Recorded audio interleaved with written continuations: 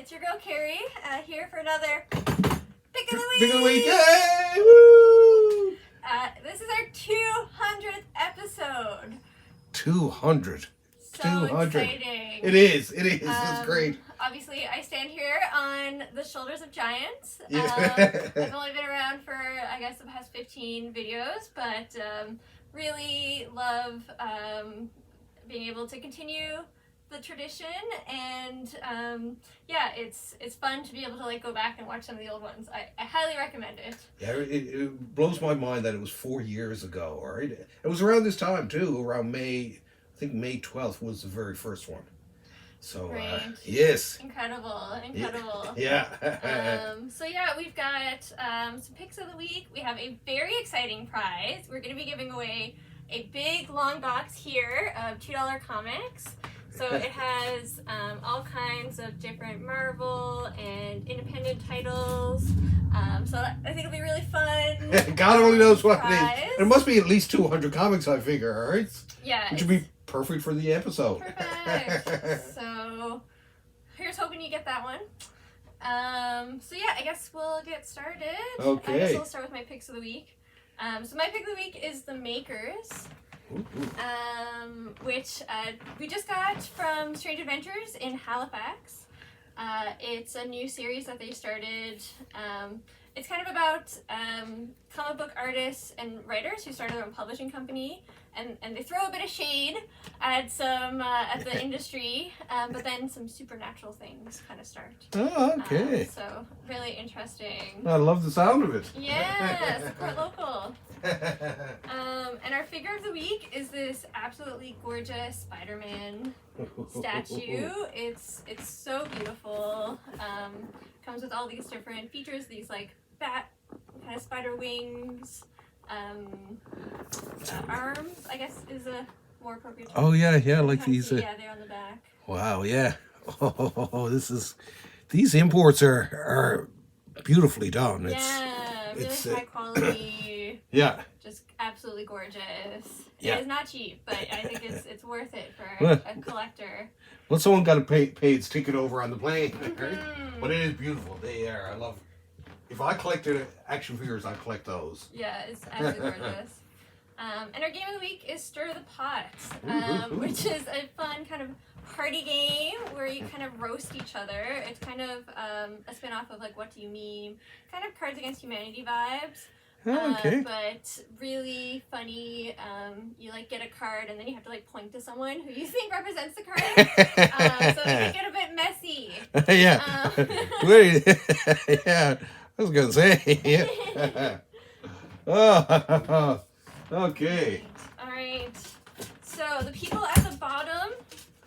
Yeah. This is your After time all, to shine. yeah. After all these times. For those who thought that we'd abandoned it, right? your day is coming. All right. So the winner is John Devereaux. Okay, there we go. Congratulations, Way to go, John. Yes, we'll be in touch, and I'll pass it on to Wallace. Okay. Here we go. 200. I still can't believe it. All those years. But a lot of great books, of course, gone through. So a lot of them are still here. So come down and get them. Now this one's a good one. This is Brother Voodoo, which is by an artist that's a favorite of mine, Gene Colan. But he was one of the black exploitation heroes of Marvel's 70s. Because they had the Black Panther was from the 60s, but you had Luke Cage and Brother Voodoo, but it's actually a good comic too. Cool. So it was a bit of fun. And What do you mean by black exploitation? It's kind of like the old Shaft films from the 70s and all that. They're they were trying, right? And not quite making it, but they were at least making an effort, And the Shaft film, he was I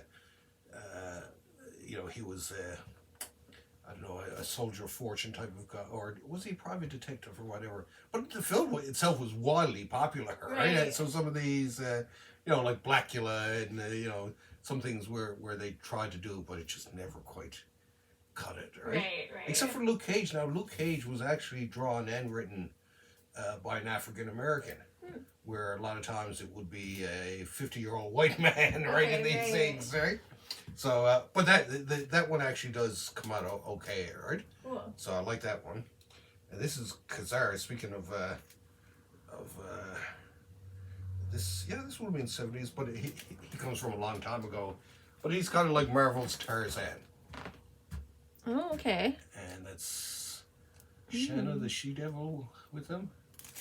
So they share their adventures in the Savage Land, as it's called. In the Marvel universe, there's a jungle hidden down in Antarctica, and it's dinosaurs and everything there. So he's the king. Cool. I love dinosaurs. Oh yeah.